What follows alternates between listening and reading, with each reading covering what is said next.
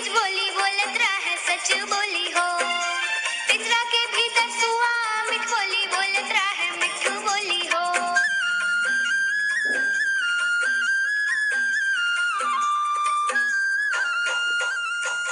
संगी जो हरिया घासी सच बोली बोलत रहे सच बोली हो पिंजरा के भीतर सुआ मिठ बोली बोलत रहे मिठू बोली हो अरे मिठू बोली बोलत रहे मिठू बोली हो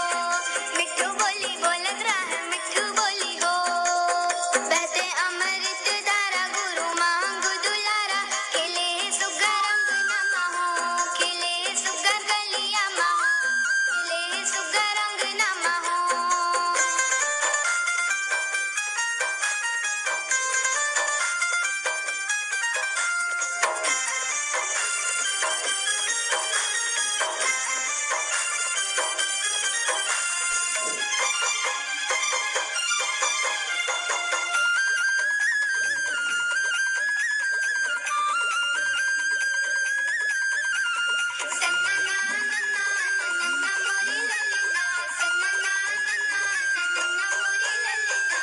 छोटे बड़े ला गुरु खेलत मोहत रहे खेलत हो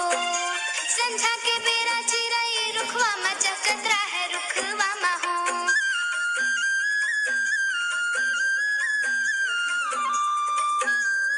ओ छोटे बड़े ला गुरु खेलत मोहत रहे खेलत हो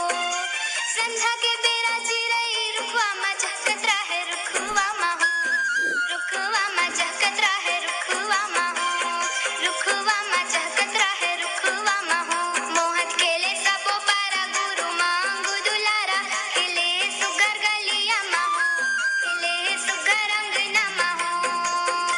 खिले सुगर गलिया मा हो खिले सुगर रंग नमा हो